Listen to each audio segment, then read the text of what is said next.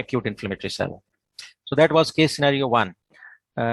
Here you can see this is a sort of picture which is being given in the scenario. This is the descending colon, then transverse colon, ascending colon, then we have ileocecal junction and the ileum. Now here you can appreciate there is an inflammatory process or redness of the mucosa which is extending from rectum right up to the end of the ascending colon. So there is colonic involvement, basically interrupted by areas of sloughing or ulceration. So there is, you can see at lower left, they have shown that the ileocecal valve, there is no involvement of the ileum, and as the mucosa is stuffed because ulceration, the main mucosa appears to belong to an inflammatory bowel disease which is referred to as ulcerative colitis. And these are the features which I have highlighted, basically are the features of ulcerative colitis in which there is involvement of characteristically colon. The involvement is in the form of superficial inflammation, which is mostly chronic inflammation, but at times there are periods of remission and relapses. So in case of relapse, we have acute activity, and acute activity is characterized by crypt abscesses on and an acute inflammatory infiltrate on colonic biopsy. So these are the features of one of the idiopathic inflammatory bowel diseases which are referred to as ulcerative colitis. We will see the details of these this disease 3 scenario. A 27-year-old man has sudden onset of marked abdominal pain. On physical examination, his abdomen is diffusely tender and distended. Bowel sounds are absent. He is a movement of terminal ileum with a firm erythematous serosal cerebellum. We may review the scenario. That is a fairly young man, 27-year-old man. Okay, he has marked abdominal pain. On physical examination, his abdomen is diffusely tender and distended, just like an acute abdomen.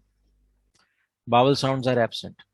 Now, he must have undergone emergency laparoscopic or whatever, not laparoscopic, but open abdominal surgery. He undergoes surgery in a 27 centimeter, fairly large segment of terminal ileum is removed, and the portion that has been removed is erythematous and having inflammatory surface like this. So in this case, once the segment is examined, here you can see this one is an inflamed sort of mucosa. There is distortion, haphazard crypt formation. This is not very organized sort of crypt arrangement, finger-like fronds, which we usually see in a normal mucosal lining of small intestine. But here we have these distorted sort of picture. On in B, we may there are inflammatory infiltrates which are not only in the mucosa but they are in the submucosa and the lamina propria, and they are in the form of granulomatous inflammation. Granulomatous inflammation, you may recall, comprises of epithelioid cells and giant cells. Again, these are epithelial-like cells, although they are inflammatory cells, but they have assumed the appearance of epithelium. So that's why they are referred to as epithelioid cells. So typically in this condition, which involves a small intestine, we have non-caseating granuloma, because you can recall caseating granulomas we encountered in tuberculosis. So this is again in scenario 3, an inflammatory sort of process which has involved the small bowel, and this inflammation this time is not confined to the mucosa, it is transmural inflammation involving the whole thickness of the intestinal wall. And the areas also show granulomatous inflammation with non-caseating granulomas. Here you can see the inflammation this time is not only there in the mucosa, but it has reached underneath up till the lamina propria and the serosa in the form of non-caseating granulomas surrounded by mononuclear inflammatory cells. So the inflammatory process is a more diffuse sort of inflammatory process, and it involves the whole thickness of the bowel wall. Here you can see there is involvement of whole thickness of the bowel wall, and here you can see there is a fissure formation as well. This is again a gross appearance where you can see there are thickened walls, quite thickened, because of the inflammatory process. These are the normal basically mucosal folds, and here you can see the mucosal folds are lost and there is thickening of the wall, plus there is redness or inflammation of the outer surface of the intestine. With these three scenarios, which are in a way similar to each other, and in scenario 3 we have certain additional findings of transmural inflammation, we may enter into the discussion of inflammatory bowel disease, keeping in mind these three scenarios. Now, by definition, inflammatory bowel disease is a chronic relapsing inflammatory disorder of obscure origin. Because of obscure origin, we name them as idiopathic inflammatory bowel disease. And this inflammation is because of some defect in the epithelial barrier function. And by virtue of this defect, the normal intestinal flora or microbiota gets access into the mucosa and submucosa and then serosa. And here it basically incites a strong immune response, which is not a normal one. So there is an abnormal immune response against normal flora because of entry of the normal flora underneath the epithelium because of defect in the epithelial barrier function. And this entry basically incites an inflammatory response. That's why the name inflammatory bowel disease. Now, the inflammatory bowel disease can involve either or both the small and large intestine. In first two scenarios, we saw that the involvement was confined to the colon, rectum or colon, and that is the case with ulcerative colitis.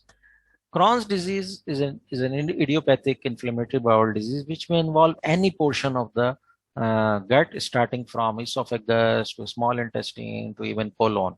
But usually, many a times it remains in there is involvement of small intestine. So you know the reason for idiopathic word. Here you can see the main distinction distribution wise between the Crohn's disease and ulcerative colitis. In ulcerative colitis, in the first two scenarios, we had involvement of rectum and the descending colon and the transverse colon. It never ran to small value in find the colon. However, in Crohn's disease, we have skip lesions. The areas are involved, then we have normal segment, then an area is involved. Also used, there's a superficial ulceration. The inflammation remains confined to the mucosal lining, and the remaining mucosa appears like a polyp, hence the name pseudopolyp. So ulcer with pseudopolyp. These are the characteristics of ulcerative colitis. So you may well appreciate these findings in the context of the scenarios that we had, scenario 1, 2, and then scenario 3. Now, with this, we come to the pathogenesis of inflammatory bowel disease. So first of all, there is genetic susceptibility. This has been indicated by almost 50% concordance rate of Crohn's disease in the family or the siblings or identical twins. And this concordance rate is 16% in case of ulcerative colitis. Now, genetic susceptibility, mostly there are a number of genes which are being implicated for the causation of inflammatory bowel disease. One of these is the NOT2 gene. NOT2 is the nucleotide oligomerization domain gene. It basically translates into a protein which binds to a peptidoglycan of the bacteria and then it incites an inflammatory response. So in case of idiopathic bowel disease, there are aberrations or polymorphisms in this gene in which there is sustained presentation of bacteria to antigen presenting cells which are there in the submucosa or gut associated lymphoid tissue or gut associated immune system. So certain other genes are also being implicated, but NOT2 is the most implicated gene, and it basically exposes the mucosal immune system to the normal flora of the intestine, and this is something which is being genetically dictated within the gut lining. Then we have epithelial tight junction defects. Now these defects could be the result of inflammatory process, or they could be the cause of inflammatory process. Once there is a defect in the tight junctions between the epithelial cells, there is entry of the intestinal flora, which is normally not exposed to the gut associated immune system. But in this case, because of the damage to the barrier of the epithelium, it gets access into the underlying immune cells, and they get activated and they incite the inflammatory response, hence the name inflammatory bowel disease. Then we have role of intestinal flora. It has been found that certain changes in the intestinal flora makes an individual more susceptible to the development of inflammatory bowel disease at younger age, in the adolescents, and then they proceed for a certain period of time, for 20 years or 30 years, with periods of relapses and remissions, so on and so forth, as we saw in the scenario. Then there is the abnormal T cell response, which is also inbred in the pathogenesis of inflammatory bowel disease. These abnormal T cells basically they get activated against self antigens and the normal flora or microbiota of the gut, and then they excite other inflammatory cells. They basically sustain the inflammatory response, which is characteristic of inflammatory bowel diseases, IBD. Here you can see this is a photographic representation of the pathogenesis from your textbook. Here you can see these are the intestinal flora, which we refer to as microbiota, normal flora. Normally, it does not get access to these cells. These are the antigen presenting cells, macrophages and dendritic cells, and these are the T lymphocytes. But once the epithelial barrier function is disturbed, their components or their whole body may enter into the submucosa. In the submucosa, we have these antigen presenting cells, which are referred to as dendritic cells. They take up the components of bacteria or whole bacteria, break down into components and present these components in association with class 2 MHC molecules to T lymphocytes. These naive T lymphocytes, once they interact with these antigen presenting cells, they are basically differentiated either into Th1 type cells or Th17 type cells, Th2 type cells, three sort of these and they are differentiated into these cells. Now Th1 type cells produce tumor necrosis factor, and it just damages the epithelium, and it further causes increase in flux of neutrophils.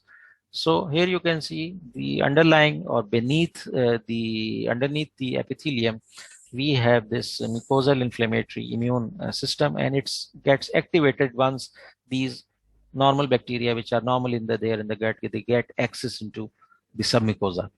And this is something which is genetically predisposed, as well as there is certain role of alteration in the microbiota of the gut. Then we have this term active inflammatory bowel disease. It is characterized by acute inflammation. As we saw in scenario, where we encounter metastasis and acute inflammatory infiltrate. That sort of picture is because of active IBD. Chronic IBD is a sustained indolent process It continues and it causes architectural changes like crypt distortion and scarring or fibrosis. Crypt abscesses you saw are basically an active IBD consisting of neutrophils in the crypt lumen. You may note that the first two scenarios were basically of women. So these diseases, especially ulcerative colitis, somewhat more common in women. We don't know the precise cause, and in young persons. It starts at a younger age. The peak incidence ages are between 20 to 25 years.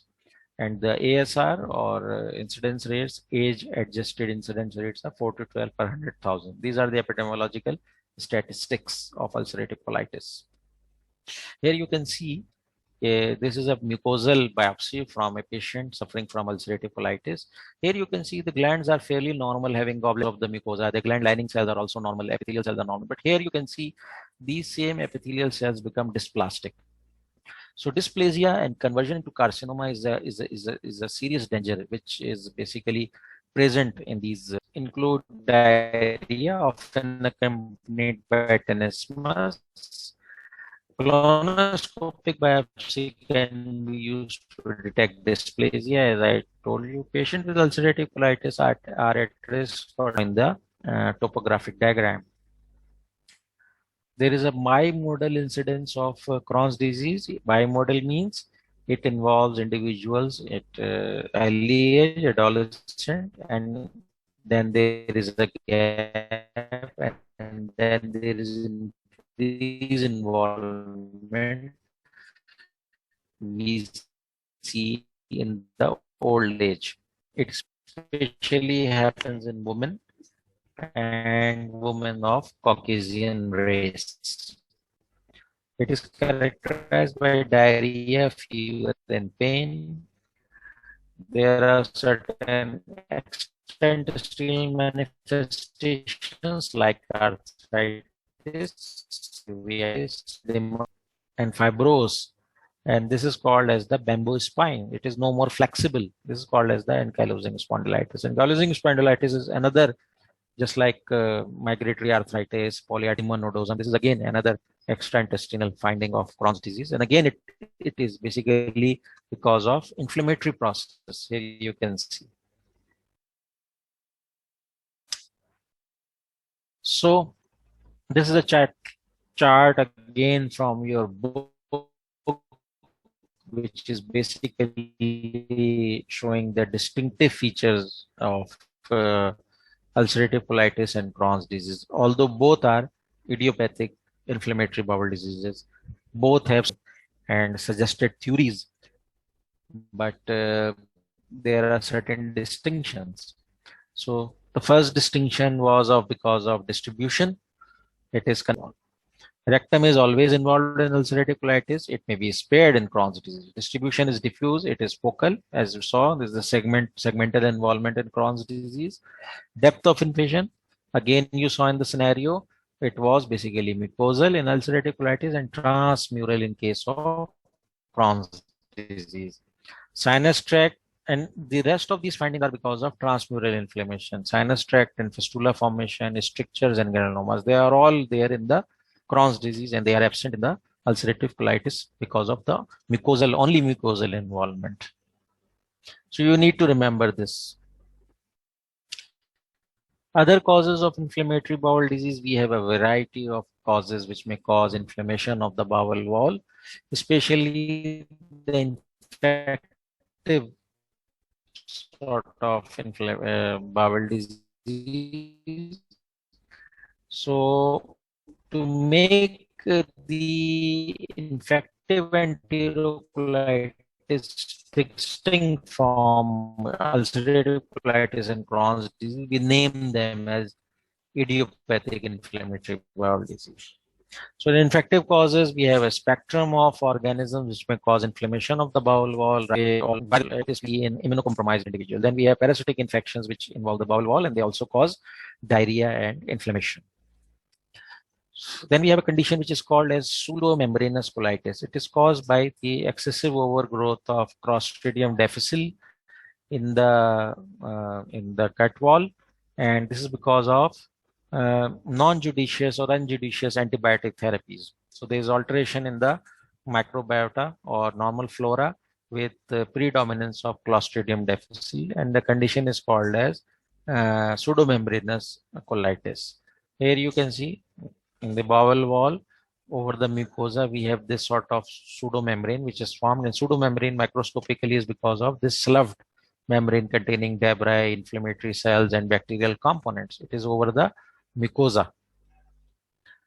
Then we have a condition which is called as collagenous colitis. Okay? It is also idiopathic, and there is fibrosis in the bowel wall. I have also included intestinal tuberculosis. I don't know why in this section, because mostly this section belongs to inflammatory bowel disease. Because of the importance of this colitis, I have included it in this session. The intestinal tuberculosis basically is because of hematogenous seeding of the bowel wall from the primary focus in the lung. Again, because you see tuberculosis come to your mind, but tuberculosis may happen anywhere in the body. So we are concerned here with the intestines. So here we may say that this is because of hematogenous spread. Ingestion of bacilli in sputum from active pulmonary focus, this is another cause. Direct spread from adjacent organs and through lymphatic channels. So these are the routes of infection of the intestine by tuberculosis bacteria. Most common site of involvement is ileocecal region. Okay. Increased physiologic stasis, rate of fluid and electrolyte absorption, minimal digestive activity, absorption of lymphoid tissue at this site. These are the reasons for involvement of this site. Then we have again granulomas, and these granulomas are confluent. They are numerous and they are attached to each other, and they are present just beneath the antral bed with superficial ulceration, and the ulcers are transversely oriented, not like in Crohn's disease, which are axially oriented, serpentine ulcer. Here we have transversely oriented ulcers. Colicky abdominal pain, ball bearing well defined mobile mass in the lower abdominal quadrant because of involvement of the ileocecal region. Associated lymphadenitis, there could be enlargement of the regional lymph nodes. And most common complication of intestinal tuberculosis is intestinal obstruction. Then we have another infection which we have grave sort of involvement of the intestine in the form of inflammation, that is the infection by Salmonella, Salmonella typhi and Salmonella paratyphi. Again, we have inflammation of the bowel wall. This is a fairly common sort of scenario in which we have enterocolitis because of typhoid fever. It affects about 21.5 million persons each year. So there is a substantial bulk of enterocolitis which is being caused by typhoid fever. Again, in this, the most severe condition happens and characterized by sudden drop in blood pressure and shock due to blood loss.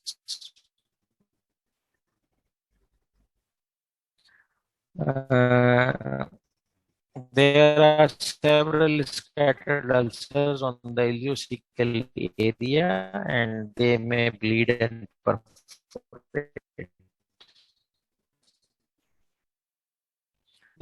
Combination only in Bazi. Time we may go through it. Again, it's a similar sort of scenario which we saw for these inflammatory bowel disease. Remember,